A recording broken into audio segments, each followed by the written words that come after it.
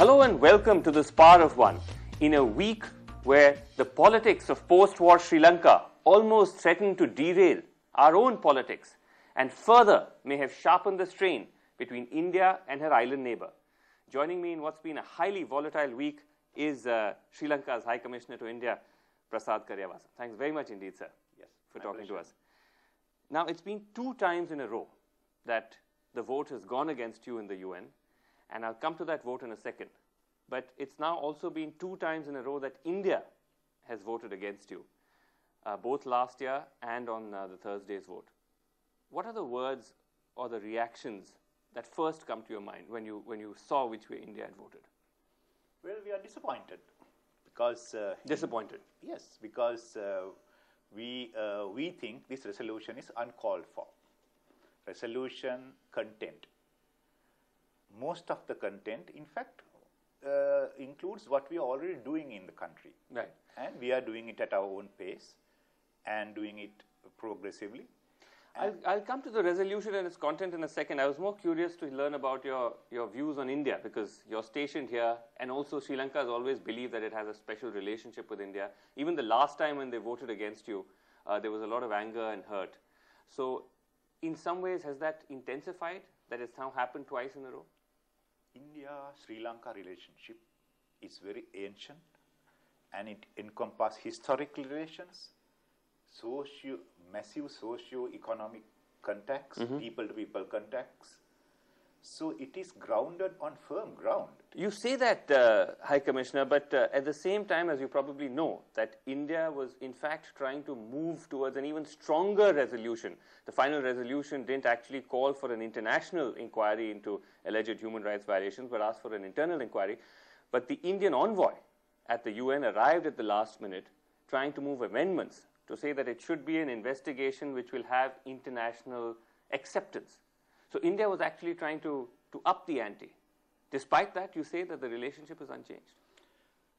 Relationship between our 2 countries are based on many other factors, not only on human rights. Okay. Human rights is only a very small element. Okay. And that we can agree to disagree as to how we analyze the situation in Sri Lanka. But there are many issues where we are on the same page. But do you believe that in this case, compared to last time, that it's not just the DMK, it's not just the parties in Tamil Nadu. You even have national politicians taking a much stronger line, speaking a much stronger language. I'll give you the example of what Sonia Gandhi said at the Congress Parliamentary Party meeting earlier this week, where she said that we are most pained at the manner in which and she's referring to the Sri Lankan Tamils, their legitimate political rights continue to be denied them.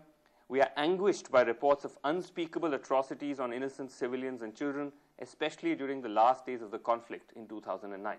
Now, this is amongst the strongest language that any Indian politician, especially of her seniority, have used in a very long time.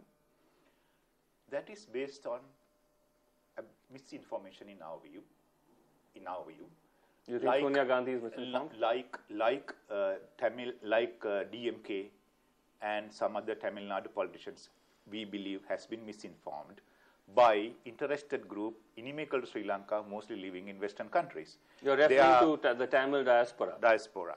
And what we tell all those who are critical of us, political leaders, both in Centre and Tamil Nadu, is come to Sri Lanka and see for yourself on the ground situation and talk to us and then only pronounce. What is happening, unfortunately, is those who are critical of Sri Lanka has never come to Sri Lanka and seen for themselves. But overall, how much of a strain has this placed, this recent vote, on the India-Sri Lanka relationship? As I told you, we are disappointed with the position taken by India. Okay. But India must be having its own reasons why they have taken that position.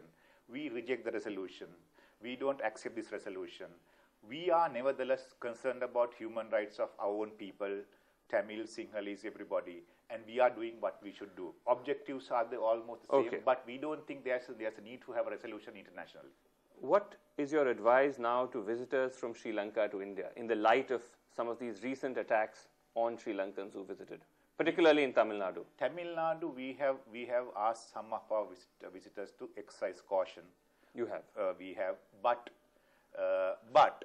we think situation should come back to normal soon. And we expect that because harassing innocent civilians, innocent monks, pilgrims, even Tamil pilgrims, is not civilized behavior. I agree with you. I think that was absolutely unacceptable. You could have political differences, Right. but to target civilians, target tourists is just not on. It's uncivilized behavior. That is not, I hope that does not reflect normal Tamil Nadu people who are very good to us. I hope so myself. But you're not discouraging visitors from Sri Lanka at this point, are you?